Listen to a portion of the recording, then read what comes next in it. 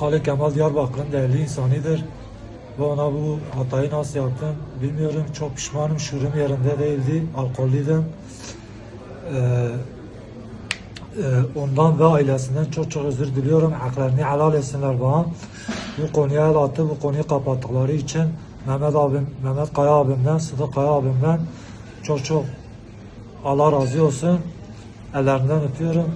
Herkesten özür dileyen kusura bakmayın.